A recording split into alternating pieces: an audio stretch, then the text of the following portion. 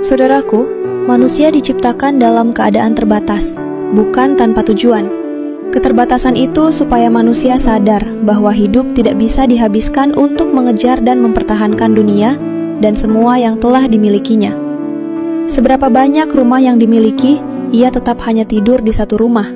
Seberapa banyak kendaraan yang dimiliki, hanya satu yang bisa dipakai. Seberapa banyak makanan tersedia, hanya sebatas ukuran perutnya saja yang bisa dinikmati.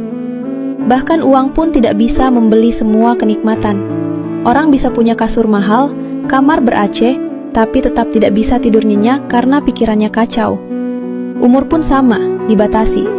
Dan batas itu tidak bisa ditawar, dimajukan ataupun diundurkan.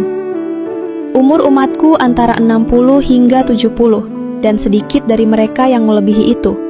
Hadis riwayat At-Tirmizi nomor 3550, Al-Hafiz Abu Thohir mengatakan bahwa hadis ini hasan. Artinya waktu yang Allah beri itu sangat terbatas. Kalau waktu itu dipakai untuk terus menunda, maka yang tersisa bukan tambahan kesempatan, tapi hanya penyesalan. Banyak orang berkata, nanti saja kalau sudah tidak sibuk bekerja. Nanti saja kalau sudah pensiun. Nanti saja kalau sudah tua. Tapi ketika masa itu datang, Allah datangkan kesibukan lain.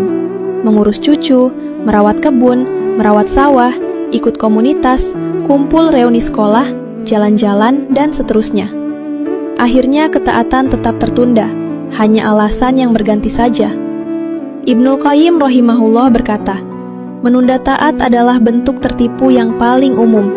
Seseorang merasa masih punya waktu, padahal waktunya sedang habis. Ia sibuk mengatur kenyamanan hidupnya, tapi tidak pernah serius mengatur hubungan dengan Allah. Yang dikejar adalah rasa senang, bukan ridho. Kitab Al-Fawaid.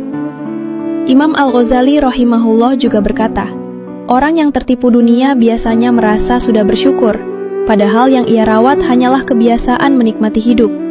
Ia merasa sudah beragama, padahal kewajiban paling dasar sering ditinggalkan. Ia merasa dekat dengan Allah di ucapan, tapi jauh dalam perbuatan. Kitab Ihya Ulumuddin. Hari ini segala bentuk penyamaran ketaatan lebih dipermudah. Teknologi membuat semua hal bisa dipamerkan, seolah dia orang yang paling soleh, yang paling bersyukur. Ke sawah diposting, kerja bakti diposting, olahraga pagi diposting, ngaji tadarus diposting, bersihin masjid diposting. Semua dibungkus kalimat Alhamdulillah agar terlihat lebih islami dan religius. Tapi ketika azan berkumandang, lewat begitu saja. Masjid dekat rumah, tapi sholat lebih memilih dikerjakan di rumah. Subuh bahkan hampir tidak pernah berjamaah, lebih memilih menikmati nyenyaknya tidur.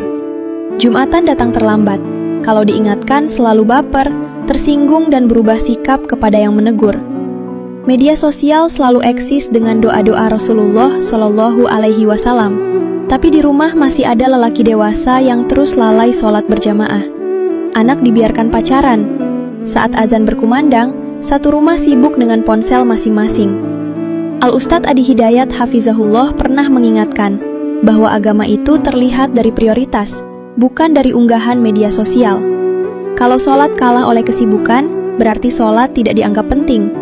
Kalau azan dikalahkan oleh hiburan, berarti dunia yang diutamakan. Dan dakwah yang tidak diamalkan hanya menjadi omongan kosong, tidak berpahala, bahkan berisiko dosa karena mengatakan sesuatu yang tidak dikerjakan. Intinya jelas, hidup ini terbatas, dunia tidak bisa dibawa.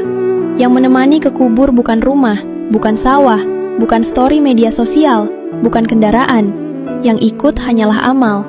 Maka jangan habiskan umur untuk hal-hal yang melalaikan dari sholat dan ketaatan. Karena semua yang hari ini membuat lalai, kelak hanya tinggal cerita, sementara hisab tetap berjalan. Wallahul musta'an.